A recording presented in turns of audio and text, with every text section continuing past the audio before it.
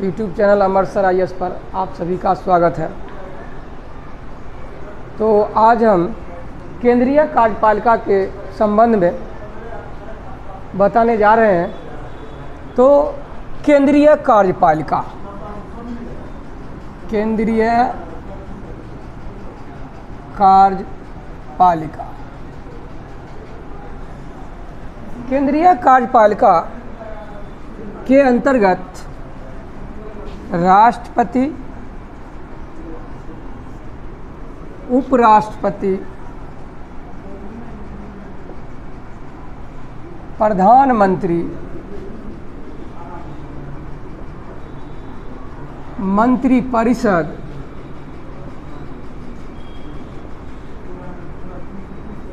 और भारत के महान्यायवादी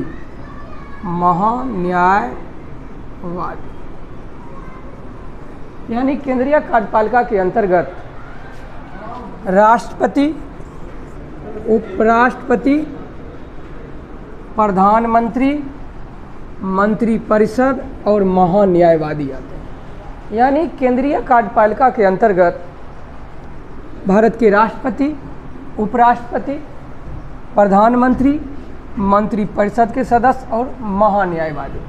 यानी क्वेश्चन कभी कभी पूछा जाता है कि केंद्रीय कार्यपालिका के अंतर्गत कौन कौन आते हैं। उसमें याद रखना है राष्ट्रपति भी, उपराष्ट्रपति भी, प्रधानमंत्री, मंत्रिपरिषद के सदस्य और भारत के महान्यायवादी। तो केंद्रीय कार्यपालिका के संदर्भ में आपने समझ गया कि कौन कौन आते हैं। अब संविधान का भाग 5, कितने भाग? संविधान के भाग 5 में अनुच्छेद 52 से 78, यानी संविधान के भाग 5 में अनुच्छेद 52 से 78 के बीच केंद्रीय कार्यपालिका के संदर्भ में वर्णन किया गया है। तो आज हम, ये तो बहुत बड़ा चैप्टर है, तो हम आज राष्ट्रपति के संदर्भ में बताएंगे उनका निर्वाचन कैसे होता है और उन पर महाभियोग कैसे लगता है और किस आधार पर लगता है और कैसे महाभियोग पारित होता है और महाभियोग में कौन कौन सदन भाग लेती है, कौन नहीं लेते हैं। इसके संदर्भ में संक्षिप्त में मैं आज बताने जा रहा हूँ। तो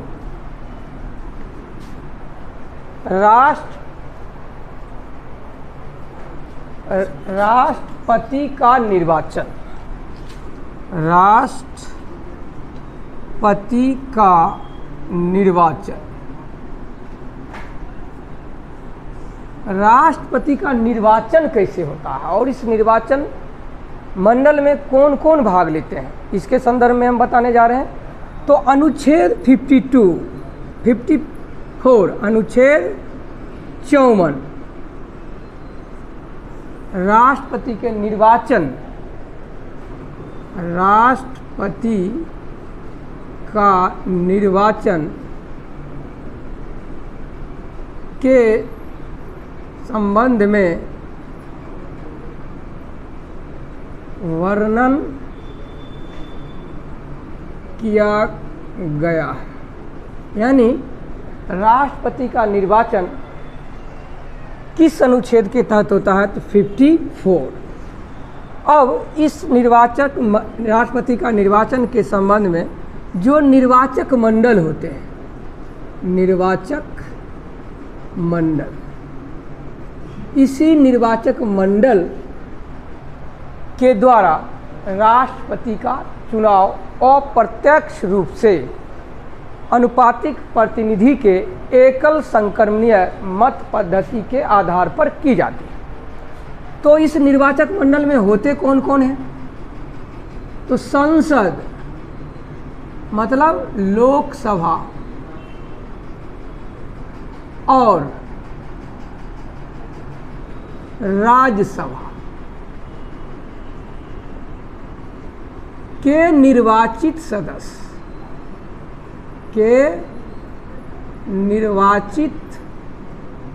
सदस्य, यानी राष्ट्रपति के निर्वाचन में जो निर्वाचक मंडल होता है और जिस निर्वाचक मंडल के सदस्यों के द्वारा राष्ट्रपति का चुनाव अप्रत्यक्ष रूप से एकल संक्रमणीय मत पद्धति के आधार पर की जाती है, इस निर्वाचक मंडल में कौन कौन होते हैं? तो संसद के लोकसभा, संसद मतलब लोकसभा और राज्यसभा के निर्वाचित सदस्य, मनोनीत सदस्य नहीं, मनोनीत सदस्य भाग नहीं लेते हैं। यानी लोकसभा में 2 एंग्लो इंडियन, आंग्ल भारतीय और राज्यसभा में 12 राष्ट्रपति के द्वारा मनोनीत सदस्य। यानी कहने का तात्पर्य कि राष्ट्रपति का जो निर्वाचन होगा जिस निर्वाचक मंडल से होगा उस निर्वाचक मंडल में संसद के लोकसभा और राज्यसभा के निर्वाचित सदस्य, मनोनीत सदस्य नहीं। यानी लोकसभा में राष्ट्रपति के द्वारा 2 एंग्लो भारतीय को जो मनोनीत किया जाता है वो भाग नहीं लेंगे, और राज्यसभा में जो 12 राष्ट्रपति के द्वारा मनोनीत किए जाते हैं कला, विज्ञान और साहित्य से संबंधित व्यक्ति, वो भी भाग नहीं लेंगे। कहने का तात्पर्य यानी निर्वाचक मंडल के माध्यम से जो राष्ट्रपति का चुनाव होगा उस निर्वाचक मंडल में संसद के सिर्फ निर्वाचित सदस्य, मनोनीत सदस्य भाग नहीं लेंगे। अब दूसरा कौन भाग लेंगे निर्वाचक मंडल में? दूसरा होंगे राज्य विधान मंडल का विधानसभा, विधानसभा यानी राज्य विधान मंडल के विधानसभा के निर्वाचित सदस्य, निर्वाचित सदस्य। यानी ये निर्वाचक मंडल की जो व्यवस्था की गई है जिसके माध्यम से राष्ट्रपति का चुनाव होगा उसमें लोकसभा और राज्यसभा के सभी निर्वाचित सदस्य और राज्य विधान मंडल के विधानसभा के निर्वाचित सदस्य, मनोनीत सदस्य नहीं, मनोनीत सदस्य नहीं। यानी राज्य विधान मंडल के विधानसभा के निर्वाचित सदस्य, संसद के में जो लोकसभा और राज्यसभा के सभी निर्वाचित सदस्य, मनोनीत सदस्य इसमें भाग नहीं लेंगे। और राज्य विधान मंडल का विधान परिषद, विधान परिषद भी इसमें भाग नहीं लेगा। तो राज्य विधान मंडल का सिर्फ एक सदन, कौन सदन? विधानसभा, और विधानसभा में कौन सदस्य? सिर्फ निर्वाचित मनोनीत सदस्य नहीं। अब संसद के लोकसभा और राज्यसभा के निर्वाचित सदस्य, मनोनीत सदस्य भाग नहीं लेंगे। अब 70वें संविधान संशोधन, 70वें संविधान संशोधन 1992 में की गई। कौन सा संशोधन? 70वां संविधान संशोधन 1992 में की गई, जिसके तहत दिल्ली और पांडिचेरी जो 2 केंद्र शासित प्रदेश हैं इसके विधानसभा के सदस्य भी राष्ट्रपति के निर्वाचक मंडल के सदस्य होंगे। तो कहने का तात्पर्य कौन कौन भाग लेगा? तो अनुच्छेद 54 के तहत राष्ट्रपति का निर्वाचन के संबंध में वर्णन किया गया है, जिसके तहत एक निर्वाचक मंडल होगा। इस निर्वाचक मंडल में कौन कौन होंगे? तो संसद के लोकसभा और राज्यसभा के सभी निर्वाचित सदस्य, मनोनीत सदस्य नहीं होंगे, और राज्य विधान मंडल के विधानसभा के सभी सदस्य नहीं, सिर्फ निर्वाचित सदस्य, मनोनीत सदस्य नहीं होंगे। राज्य विधान मंडल के विधान परिषद का सदस्य इसमें भाग नहीं लेगा। और 70वां संविधान संशोधन 1992 में की गई, जिसके तहत केंद्र शासित प्रदेश दिल्ली और पांडिचेरी के विधानसभा के सदस्य को भी राष्ट्रपति के निर्वाचक मंडल में सम्मिलित कर दिया गया। इस प्रकार आपने देख लिया कि अनुच्छेद 54 के तहत किस तरह से राष्ट्रपति का निर्वाचन होता है। राष्ट्रपति का निर्वाचन किस तरह से होता है, इसके संबंध में आपने जाना। तो अनुच्छेद 54 कौन था? अनुच्छेद 54 राष्ट्रपति के निर्वाचन के संबंध में वर्णन है। इसके तहत क्या होगा? एक निर्वाचक मंडल होंगे। और इस निर्वाचक मंडल में कौन कौन होंगे? तो संसद लोकसभा प्लस राज्यसभा के निर्वाचित सदस्य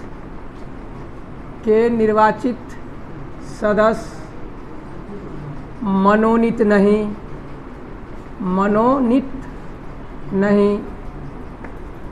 तो संसद के लोग के सभी सदस्य नहीं, सिर्फ निर्वाचित सदस्य। तो संसद के अंतर कौन कौन सदन? लोकसभा और राज्यसभा। राज्यसभा के कौन सदस्य? सिर्फ निर्वाचित सदस्य, मनोनीत सदस्य नहीं भाग लेंगे। राज्य विधानमंडल,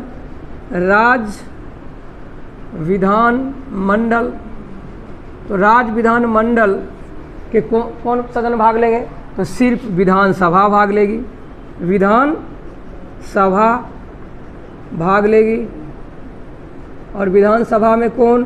तो सिर्फ निर्वाचित सदस्य।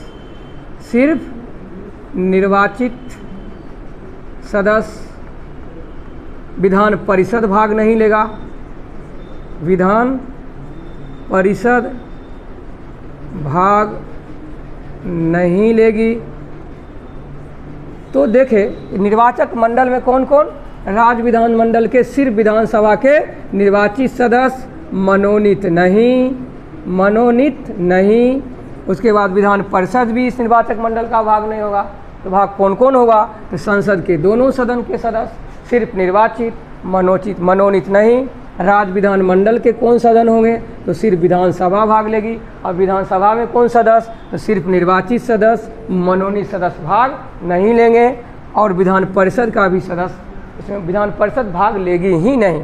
और दूसरा 70वें संविधान संशोधन, 70वें संविधान संशोधन 1992 के तहत केंद्र शासित प्रदेश के दो प्रदेश कौन कौन?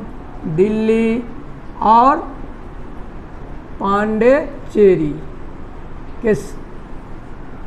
तो केंद्र शासित प्रदेश के कौन कौन भाग लिया? दिल्ली और पांडिचेरी के विधानसभा के सदस्य। अब देखो तो निर्वाचक मंडल किस अनुच्छेद के तहत? 54। इस निर्वाचक मंडल के कौन कौन सदस्य होंगे?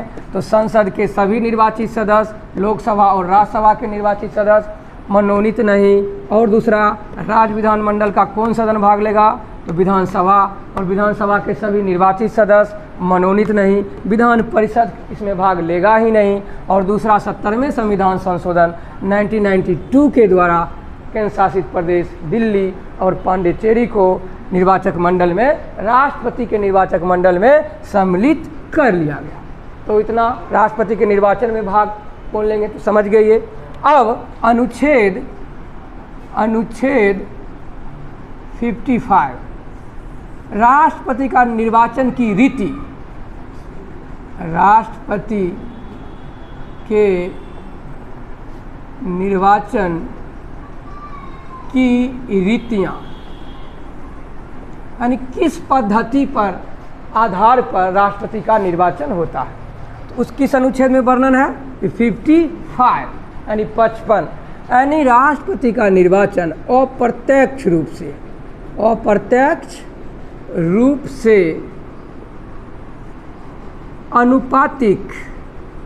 अनुपातिक प्रतिनिधि के एकल संक्रमणीय मत पद्धति, यानी अनुच्छेद 55 में राष्ट्रपति का निर्वाचन की रीतियाँ यानी पद्धतियों का वर्णन है। किस पद्धति के आधार पर? तो अप्रत्यक्ष रूप में किसके आधार पर? अनुपातिक प्रतिनिधि के एकल संक्रमणीय मत पद्धति के आधार पर इनका क्या होता है? चुनाव होता है। तो निर्वाचक मंडल समझ गए 54। इस निर्वाचक मंडल में कौन कौन थे सदस्य हैं? तो संसद के सभी निर्वाचित सदस्य लोकसभा और राज्यसभा। दूसरा कौन? राज्य के विधानमंडल। विधानमंडल में कौन सदन? तो विधानसभा। और विधानसभा में कैसे सदस्य? तो सिर्फ निर्वाचित, मनोनीत नहीं। राज्य विधानमंडल का जो विधान परिषद है वो इसमें भाग ही नहीं लेते हैं। और 70वें संविधान संशोधन 1992 के द्वारा केंद्र शासित प्रदेश दिल्ली और पांडिचेरी को राष्ट्रपति के निर्वाचक मंडल में सम्मिलित कर लिया गया। और अनुच्छेद 55 के तहत इनका चुनाव किस पद्धति के आधार पर? अप्रत्यक्ष रूप से अनुपातिक प्रतिनिधि के एकल संक्रमणीय मत पद्धति के आधार पर की जाती है। इस तरह से देख लिए कि राष्ट्रपति का निर्वाचन कैसे होता है, किस रीति पे होता है, किस अनुच्छेद के तहत होता है, कैसे है, क्या है, इसके संदर्भ में आप जान गए। कितना राष्ट्रपति का निर्वाचन के संदर्भ में जान गए। अब आपको जानना है कि राष्ट्रपति पर महाभियोग कैसे चलता है, उसका आधार क्या है। यानी हम इस वीडियो में सिर्फ दो चीज़ पर हम फोकस कर रहे हैं, एक राष्ट्रपति का निर्वाचन और दूसरा राष्ट्रपति पर महाभियोग। तो चलते हैं। अनुच्छेद 61, अनुच्छेद 61 में राष्ट्रपति का महाभियोग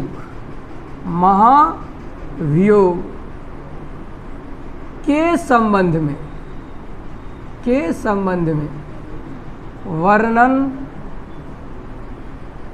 किया गया है। यानी राष्ट्रपति पर महाभियोग किस अनुच्छेद में? अनुच्छेद 61।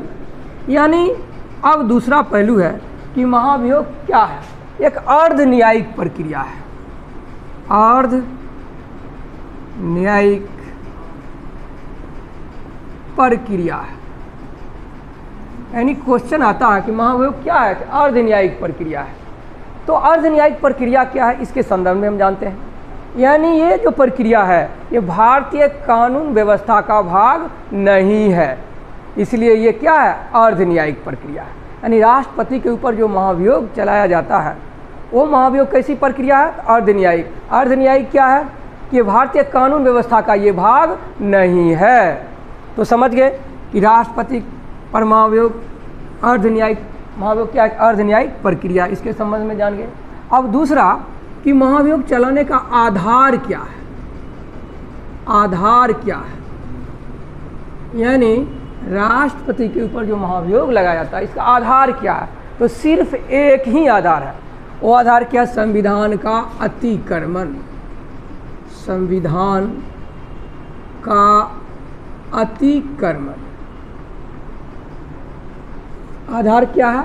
संविधान का अतिक्रमण। यानी राष्ट्रपति के ऊपर जो महाभियोग लगाया जाता है उसका सिर्फ एक ही आधार है। वो आधार क्या है? संविधान का अतिक्रमण। अब संविधान का अतिक्रमण के आधार पर यदि राष्ट्रपति ने संविधान का अतिक्रमण किया तो इसके ऊपर महाभियोग लगेगी। महाभियोग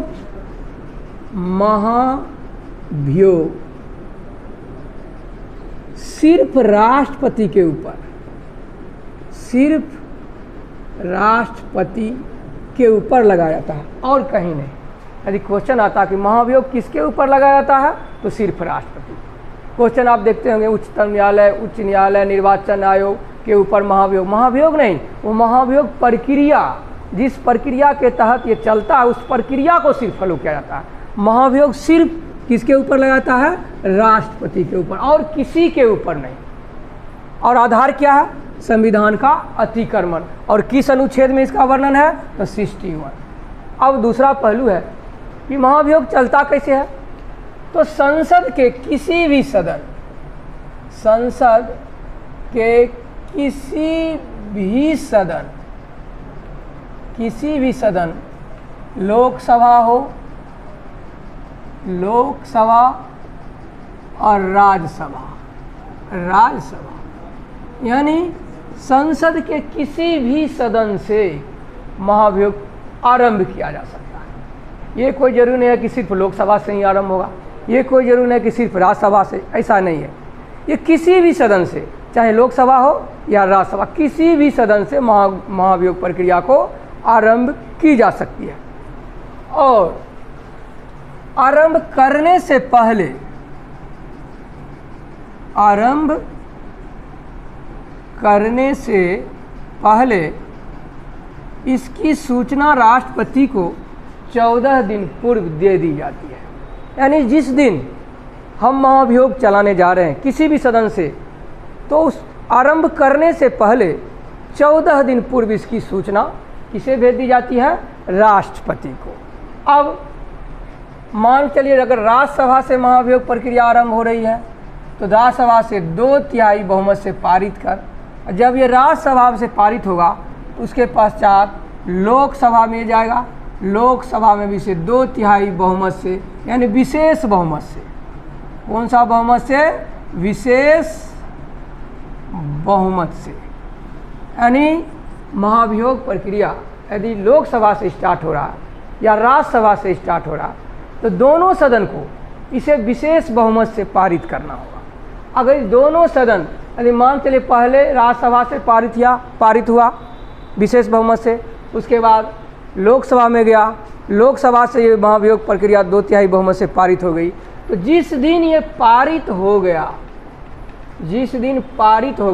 ठीक उसी दिन राष्ट्रपति को अपना त्याग पत्र देना होगा। यानी कहने का तात्पर्य कि कोई भी सदन से स्टार्ट हो सकता है। यदि राज्यसभा से हुआ तो राज्यसभा 2/3 बहुमत, यदि लोकसभा से हुआ तो लोकसभा 2/3 बहुमत, यानी लास्ट में जो सदन इसे पारित कर दिया उसी तारीख से राष्ट्रपति को अपने पद से इस्तीफा देना होगा। तो आप समझ गए कि महाभियोग किस प्रक्रिया अनुच्छेद के तहत, तो 61 के तहत महाभियोग का आधार क्या? सिर्फ संविधान का अतिक्रमण। महाभियोग सिर्फ राष्ट्रपति के ऊपर लगता है और किसी के ऊपर नहीं लगता है। महाभियोग कैसी प्रक्रिया है? तो अर्ध न्यायिक प्रक्रिया है। महाभियोग किसी भी सदन से स्टार्ट हो सकता है, चाहे वह लोकसभा हो या राज्यसभा हो, और प्रत्येक सदन को इसे विशेष बहुमत से पारित करना होगा, और लास्ट में जो सदन इसे पारित करेगी ठीक उसी दिन राष्ट्रपति को अपने पद से त्यागपत्र देना। तो इतना समझ गए। अब इस महाभियोग कितना मिनट हो गया? 10-22 मिनट। आप तो 3 मिनट और ज़्यादा लंबा वीडियो नहीं बना रहे हैं, एकदम शॉर्टकट में भाग रहे हैं। ये लंबा बनाएंगे, ये जानता है 10 गो वीडियो होगा इसमें। इसे मेन को हम लोग उठा रहे हैं जहाँ लड़का फंसता है। हाँ, तो इसलिए अब प्रश्न उठता है इस महाभियोग प्रक्रिया में कौन कौन भाग लेते हैं और कौन भाग नहीं लेते हैं। तो आपने देखा कि राष्ट्रपति का निर्वाचन देखे थे आप, तो निर्वाचन में कौन कौन भाग लिए थे? तो सिर्फ संसद के निर्वाचित सदस्य यानी लोकसभा और राज्यसभा के निर्वाचित सदस्य। उसके बाद देखें मनोनीत नहीं लिए थे। उसके बाद देखे थे कि राज्य विधान मंडल के सिर्फ विधानसभा के निर्वाचित सदस्य मनोनीत नहीं। और दूसरा देखे विधान परिषद, इसमें तो भाग लेता ही नहीं है, विधान परिषद भाग लेता ही नहीं। यानी निर्वाचक मंडल में हमने देखे थे कि सिर्फ संसद के निर्वाचित सदस्य कौन कौन? लोकसभा और राज्यसभा मनोनीत नहीं। राज्य विधानमंडल का सिर्फ विधानसभा भाग ले रहा है, उसमें सिर्फ निर्वाचित भाग ले रहा, मनोनीत नहीं ले रहा, और राज्य विधानमंडल के विधान परिषद भाग ले ही नहीं रहे। और दिल्ली और पांडेचेरी, कौन सा? दिल्ली और पांडेचेरी केंद्र शासित प्रदेश के विधानसभा के सदस्य भी राष्ट्रपति के निर्वाचक मंडल में या निर्वाचन में भाग लेते हैं। तो आपने देखा, अब सवाल उठता है इस महाभियोग में कौन कौन भाग लेता है। तो यहाँ पर याद रखना है कि महाभियोग में संसद के सभी सदस्य यानी मनोनीत प्लस निर्वाचित, यानी लोकसभा और राज्यसभा के सभी सदस्य इस महाभियोग में भाग लेते हैं, और निर्वाचित भी और मनोनीत भी। यानी लोकसभा के 2 एंग्लो इंडियन भी होंगे निर्वाचन के साथ साथ, निर्वाचित सदस्य के साथ साथ, और राज्यसभा के सभी सदस्य के साथ साथ 12 जो राष्ट्रपति के द्वारा मनोनीत किया जाते हैं कला और साहित्य, वो भी। यानी इस महाभियोग जो चलेगा राष्ट्रपति के ऊपर, उस महाभियोग प्रक्रिया में सिर्फ संसद के सभी सदस्य लोकसभा और राज्यसभा के और मनोनीत और निर्वाचित दोनों। अब जबकि आपने देखा था कि निर्वाचन में सिर्फ कौन भाग ले रहे थे, संसद के लोकसभा और राज्यसभा के सिर्फ निर्वाचित ले रहे थे, मनोनीत भाग नहीं ले रहे थे। तो यहाँ पर अंतर ये देखिए कि राष्ट्रपति के महाभियोग में संसद के सभी सदस्य मनोनीत और निर्वाचित, लोकसभा के और राज्यसभा के, और वहीं विधानसभा का सदस्य इसमें भाग नहीं लेगा, कोई भी सदस्य भाग नहीं लेगा। यानी राष्ट्रपति पर जो महाभियोग चलेगी उसमें विधानसभा के कोई भी सदस्य भाग नहीं लेंगे, विधान परिषद के भी भाग नहीं लेंगे, तो सिर्फ महाभियोग में संसद के सभी मनोनीत और निर्वाचित सदस्य ही भाग लेते हैं। यानी कहने का तात्पर्य, जहां राष्ट्रपति के निर्वाचन में हमने देखा कि संसद के दोनों सदन, लोकसभा और राज्यसभा के सिर्फ निर्वाचित सदस्य भाग लिए, वहीं महाभियोग में हमने देखा कि संसद के सभी सदस्य भाग लिए, निर्वाचित और मनोनीत, और राज्य विधानमंडल का विधानसभा के सभी सदस्य इसमें भाग नहीं लेंगे, कोई भी सदस्य भाग नहीं लेंगे, न ही विधान परिषद भाग लेगा, न ही केंद्र शासित प्रदेश के दिल्ली और पांडिचेरी की विधानसभा भाग लेगी। तो भाग कौन कौन लिए? सिर्फ एक कौन? संसद के सभी सदस्य, लोकसभा और राज्यसभा के मनोनीत और निर्वाचित। तो इस तरह से महाभियोग प्रक्रिया को आपने देख लिया। कौन कौन? तो संसद के सभी सदस्य यानी मनोनीत प्लस निर्वाचित, यानी दोनों सदन, लोकसभा और राज्यसभा ही इस महाभियोग प्रक्रिया में भाग लेती है। राज्य विधानसभा नहीं भाग लेती है, न विधान परिषद भाग लेती है, न ही 70वें संविधान संशोधन के द्वारा जो दिल्ली और पांडिचेरी को राष्ट्रपति के निर्वाचक मंडल में सम्मिलित किए थे, वो भी भाग नहीं लेती है। तो भाग कौन नहीं लेती है? तो भाग लेती है कौन? संसद के सभी सदस्य, लोकसभा और राज्यसभा के मनोनीत और निर्वाचित। अब उठता भाग कौन नहीं लेता है? भाग नहीं लेता है महाभियोग में। किसके महाभियोग में? राष्ट्रपति के महाभियोग में कौन भाग नहीं लेता? भाग तो लिया सिर्फ संसद के सभी सदस्य, लोकसभा और राज्यसभा, यानी मनोनीत और निर्वाचित। तो भाग कौन नहीं लिया? तो भाग नहीं लिया विधानसभा, जो राष्ट्रपति के निर्वाचन में भाग लेते थे। विधान परिषद भाग नहीं लिया, विधान परिषद भाग नहीं लिया। उसके बाद दिल्ली और पांडिचेरी जो केंद्र शासित प्रदेश राज्य है, इसके भी विधानसभा के सदस्य इस महाभियोग में भाग नहीं लेंगे। सिर्फ भाग लेगा कौन? संसद के सभी सदस्य, लोकसभा और राज्यसभा के। इस प्रकार आपने देखा केंद्रीय कार्यपालिका के अंतर्गत राष्ट्रपति, उपराष्ट्रपति, प्रधानमंत्री, मंत्रिपरिषद के सदस्य और भारत के महान्यायवादी तो केंद्रीय कार्यपालिका के अंतर्गत थे, जिसमें सिर्फ हमने राष्ट्रपति का निर्वाचन और राष्ट्रपति के ऊपर महाभियोग किस तरह से चलता है, क्या है, कैसे, इसके बारे में एक संक्षिप्त मैंने बताया। फिर नेक्स्ट वीडियो में हम बताएंगे कुछ और विशेष। तब तक के लिए धन्यवाद, थैंक यू।